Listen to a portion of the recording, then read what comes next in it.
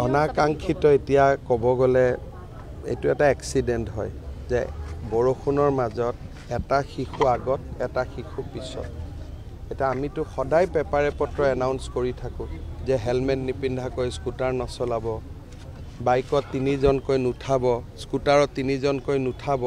এতিয়া জনসাধাৰণে সহযোগ নকৰালৈকে আপুনি কি কৰিব পাৰিব আমি সদায় কৈ থাকোঁ যে বাইকত 2জনৰ কাৰণে যদি কোনোবাই যদি 3জন উঠায় কোনোবাই যদি হেলমেটটো পিন্ধিব লাগে বুলি আমি কওঁ হেলমেট নিপিন্ধে তাত আপুনি কি কৰিব পাৰিব এইবিলাক ক্ষেত্ৰত ৰাইজৰ সচেতনতা লাগিব সকলোৰে সহযোগিতা লাগিব ইমান বৰষুণৰ মাজত যি ধৰণে আমি ভিন্নাখন গুৱাহাটীৰ পৰিৱেশ হৈছিলে সেই পৰিৱেশৰ মাজত ইয়াক দুৰ্ঘটনা বুলি কোৱাৰ বাদেতো একো উপায় নাই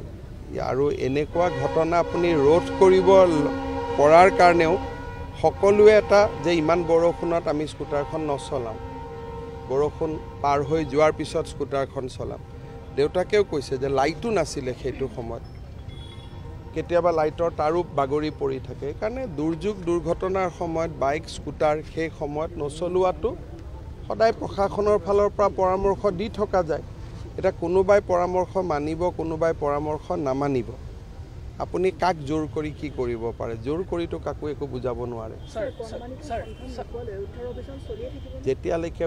NDRF SDRF যেতিয়ালৈকে ভাবে যে উদ্ধাৰ অভিযানটো চলাই থকা উচিত তেতিয়ালৈকে তেওঁলোকে চলাব কিন্তু যেটো ড্ৰেইনৰ কথা কৈছে তেওঁলোকে প্ৰায় 7 বাৰ এতিয়ালৈকে চাৰ্জ কৰিছে দেউতাকে নিজে 2বাৰ 3বাৰ চাইছে গতিকে ভৰলু মই তেওঁলোকে ভৰলুলৈকেও চাইছে মই কৈছোঁ ভৰলু আৰু ভৰলুৰ একেবাৰে সুইচ গেটলৈকে চাই দিয়ক যাতে কোনো কাৰণ কৰবাত নহয় কৰবাততো ওলাবই লাগিব